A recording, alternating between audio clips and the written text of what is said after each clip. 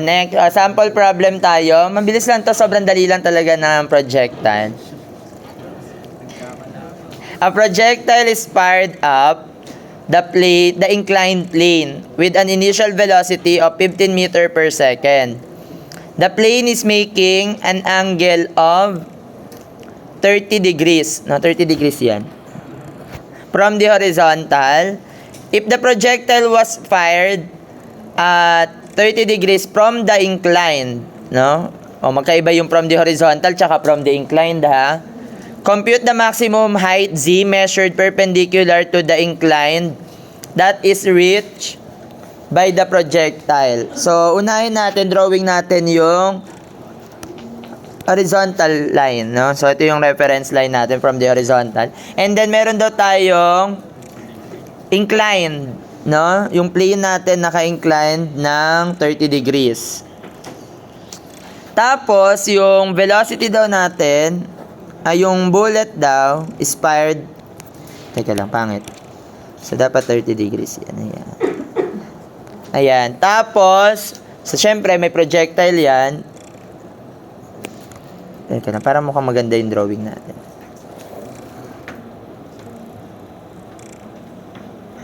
Ayan. So, ito yung initial velocity which is 15 meter per second. And then, yung angle daw nung inclined natin from the horizontal, this is 30 degrees. Tapos, yung inclined daw natin, yung bullet daw, projectile, this is 30 degrees.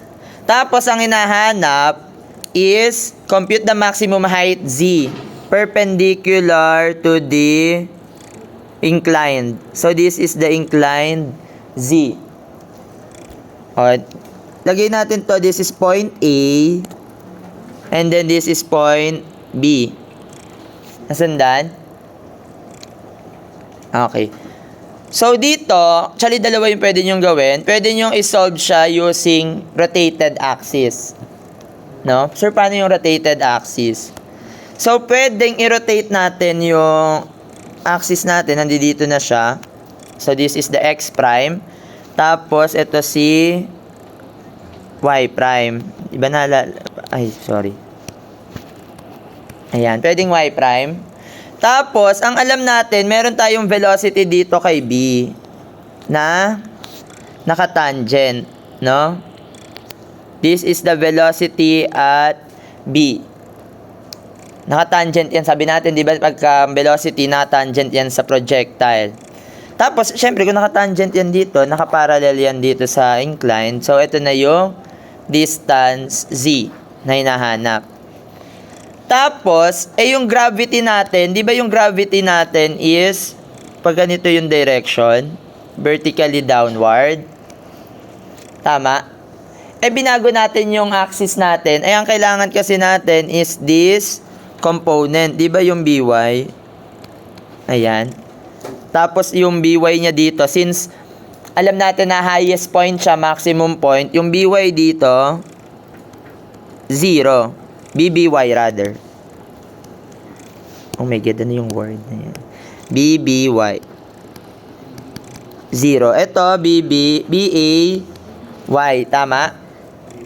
Kaso, yung gravity natin dito, di ba ito yung direction ng velocity natin? So, syempre, yung gravity dapat nandito. GY. GY prime. No? So, that is, magkano siya? Ano yung angle kaya nito? Nung theta. Tama ba? This is 30 degrees. Nalala niyo sa components ng force natin. So, GY natin is G cosine of 30. Sir, paano na ngayon yan? So, ang formula nyong gagamitin is yung vertical distance na lang. Yung BF. May time ba tayong binigay? Wala. Distance yung kailangan, ano? So, ibig sabihin, pwede na yung BBY squared is equal to BAY, sorry, Y prime pala dapat. BAY prime squared minus 2GY prime multiplied by the S, which is yan yung Z distance. Ano yung BBY prime natin? 0, no? equals to BAY prime squared. So that is 15 sine of 30 squared. Tama? Kasi ito yung kinonsider natin, ano? Yan yung vertical component. Minus 2 by 9.81 multiplied by cosine of 30 multiplied by z. So, magkano si z?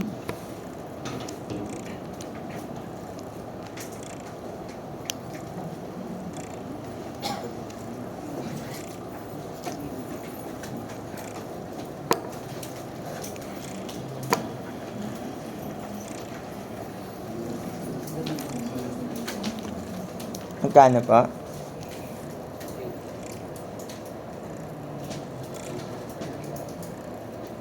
Teka lang. 3.31 feet. Meters pala. Sa 9.81. Yan yung paggamit ng rotated axis. Pero, sir, paano pagka ayokong mag-rotated axis? Okay lang naman. No? So, solve natin siya nang hindi niro-rotate yung axis.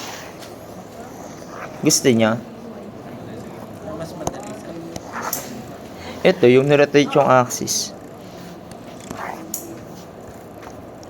Siyempre, bibigyan ko naman kayo ng options. No? So, dito, ang sabi naman natin, sir, paano pagka ayokong mag-rotate ng axis? Hindi, wag ka mag-rotate. Dead mo.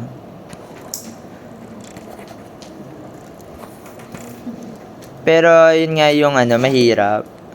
Sa ibang book, isang reference, sobrang mahaba yung mga lecture nila dyan. So, paano to pagka magro-rotate tayo ng axis? Hindi tayo magro-rotate ng axis. So, di ba may BBY tayo dyan? Tapos, iba tong ito, meron tayo horizontal. So, ito yung tinatawag natin na BBX. Tapos, meron tayo ditong hindi, feel ko paangat siya. BB Y. Ito yung point B pa rin, ha. Tapos, ito dito na si BA Y. Tapos, dito si BAX. Diba, ang kailangan natin is from the horizontal. No? Ngayon, yung distance nito. Wait lang.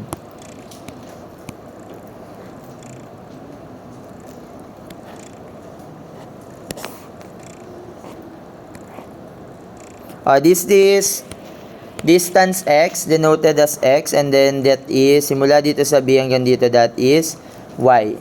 No? Okay. So, that is y.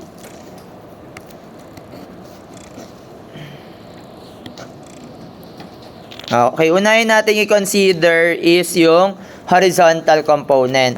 Ito, ano kaya yung angle niya dito?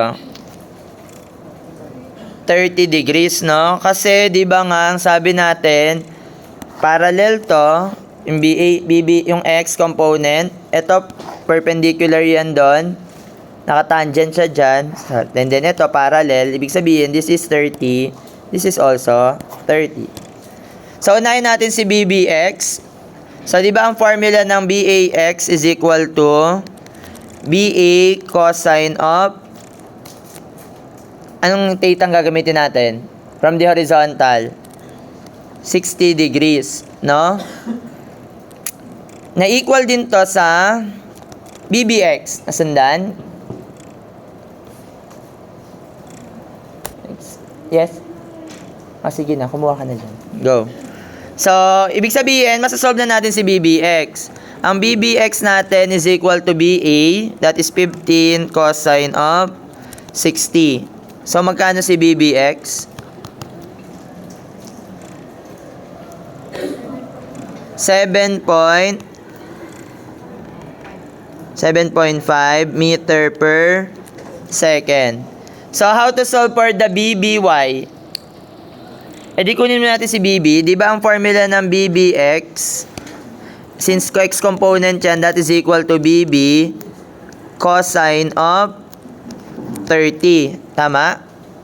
And then, solving for BB, that is equal to BBX over cosine of 30. So, magkano dito?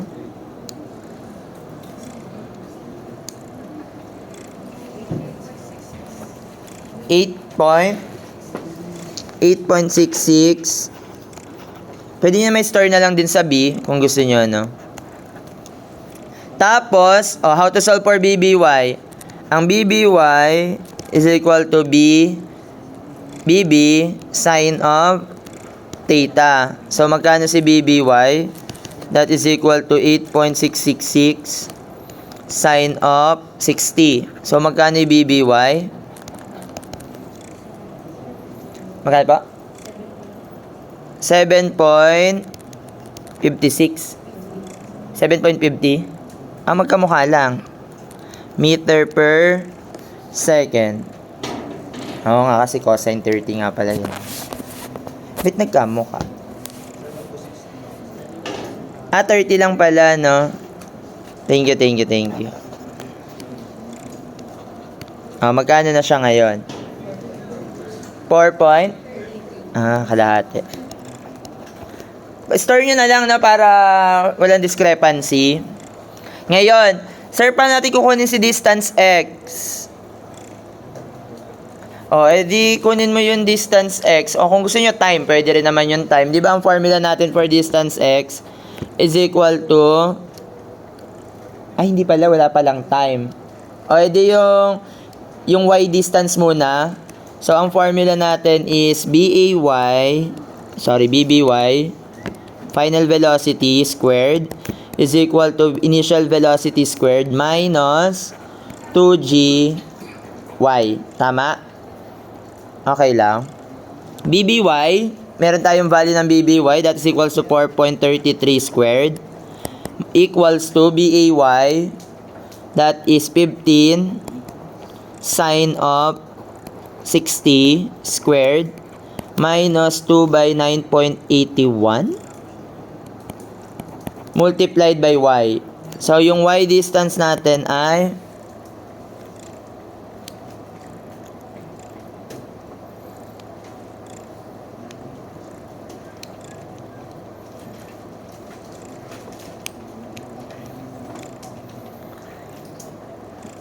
kasi kailangan natin tong triangle na to para ma-solve natin si distance z, ano? Ito. Ito, kailangan ko pa yung height nito, tsaka yung height ng y. Magkano si y? Wag nyo na i-rotate. Sorry, gusto nyo to eh. At least para nalalaman nyo yung magkano si y? Pag ako naglabas ng calculus, mabilis to. 7 point. Sakto yung ginagamit nyo, no? Bala kayo? Ano gusto nyo? Tapos ito, i-denote ko sa SH, and then ito, A. No, i-denote natin as A. Si X, how to solve for X? Kailangan mo ng time, di ba? Or kung gusto nyo, gamitin nyo yung formula natin ng X tangent theta, no? Para makuha si X. Kung walang time, kunin mo yung time. Kung walang time, pwede rin naman tong formula na to na y is equal to x tangent theta minus gx squared over 2bo squared cosine squared of theta. Given, ang y natin is 7.65 is equal to x, and then tangent of 60 minus 9.81 x squared over 2bo, 2 times 15 squared cosine of 60 squared. Ayan. Kaso, dalawa ata yung lalabas dyan. Isang positive and isang negative. Hindi. Isang positive at isa pang positive. Pwedeng nandito kasi yung isa, no? Mas mahaba siya. Sa mas maigsi, syempre. Sobra ka na dun sa sobra ka na dito sa highest point na perpendicular. Magkano yung x? So, this is quadratic equation, no? So, pwedeng i-input nyo tong coefficient na to sa quadratic. So, magkano si x distance? Yan yung sa formula. Pero yung sa time, pwede naman kunin yung BBY is equal to BAY minus GT. So, yung BBY is 4.33 is equal to BAY, 15 sin 60 minus 9.81 T. So, magkano si time?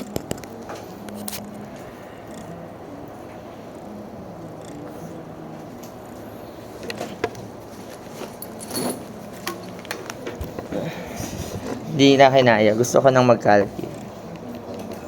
7.5 cosine 30.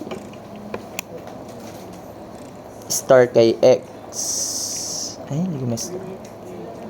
Magkano yung time? 0.0889 seconds. And then to solve for the distance x, di ba ang VOX natin is equal to distance over the time. So, x is equal to VOX times the time. So, BO is equal to 15 cosine 60 multiplied by the time 0.889. 883? Oh, kahit alin. Bahala na kayo. So, magkano si x?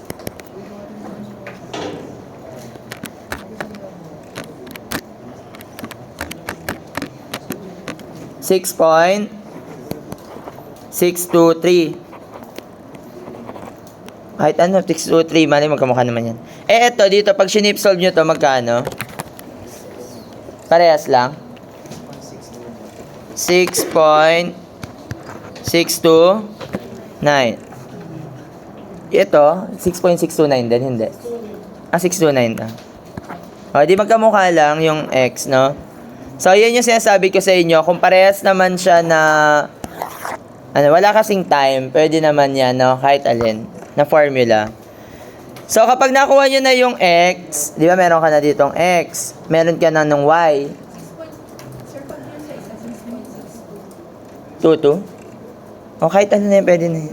Hindi, baka ito kasi, yung 7.65 na yan, ay hindi rounded up. Konti lang naman yung discrepancy na yan. Patawarin nyo na, no? And then, how to solve for A distance? Class, paano kunin si A distance? Tangent theta, no? So, the tangent of 30 degrees is equal to A over X. A is equal to X tangent 30. So, how to solve for Y? H. Ang H natin is equal to Y minus A. So, magkano yung Y natin? 7.65 minus X tangent, 6.629. Tangent of 30. So, magkano si H? H pa lang yan, ha? 3.82 meters. Tapos, yung triangle natin, di ba ito yung triangle natin? Ito si distance Z. Perpendicular yan. Tapos, ito si H. Tapos, ito 30 degrees. Nasundan? Ayan, o. Di ba ito, ano yung angle natin dito? This is 30. Kasi ito 60. 30 degrees. So, using cosine function, the cosine of 30 is equal to Z over H. So, Z is equal to H, 3.82 cosine of 30. So, magkano yung Z distance? 3.32 31. Magkamukha lang ba? 3.31.